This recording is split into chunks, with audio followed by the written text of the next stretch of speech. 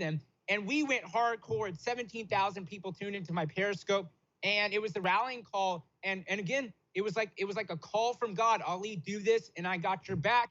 And in the next couple of hours, more facts came out, and we were, front and center.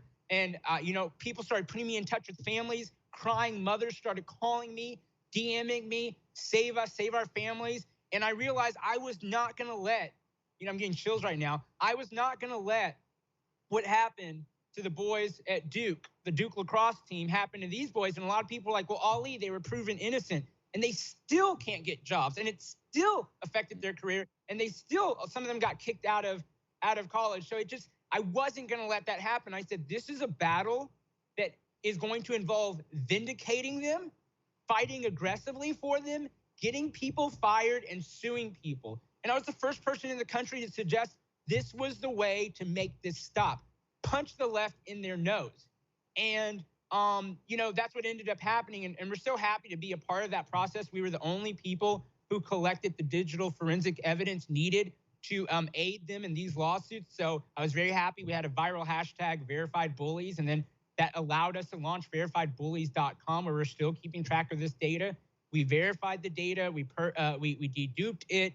We did all kinds of other stuff, technical, super technical stuff with this data, handed it over to the law firms. And, we're still working. Lynn Wood is a fantastic lawyer out of Atlanta, Georgia, who represents Nick Salmon and his family. And, when Lynn got on the phone with me and CJ, he said, I just want y'all to know that, I had no idea that I was going to be called to help this case.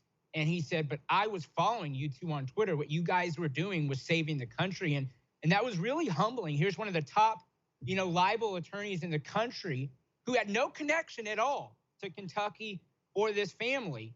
And then, after that GMA interview where Nick Salmon, tried to hold his own, but, couldn't under the barrage of media. And, those questions were so offensive.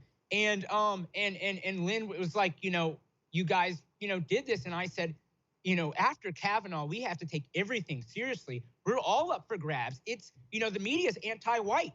It is anti-Christian. It is anti-South. But I will tell you, I feared for, one day when I have children or my white friends or, my Christian community. And so, these kids have become, they're men, really. These men have become, good friends of mine. I still talk to them on every 3-day basis, and they're shining lights too. They didn't want to become famous activists. They didn't want anything. They wanted it to go away, and they were willing to fight.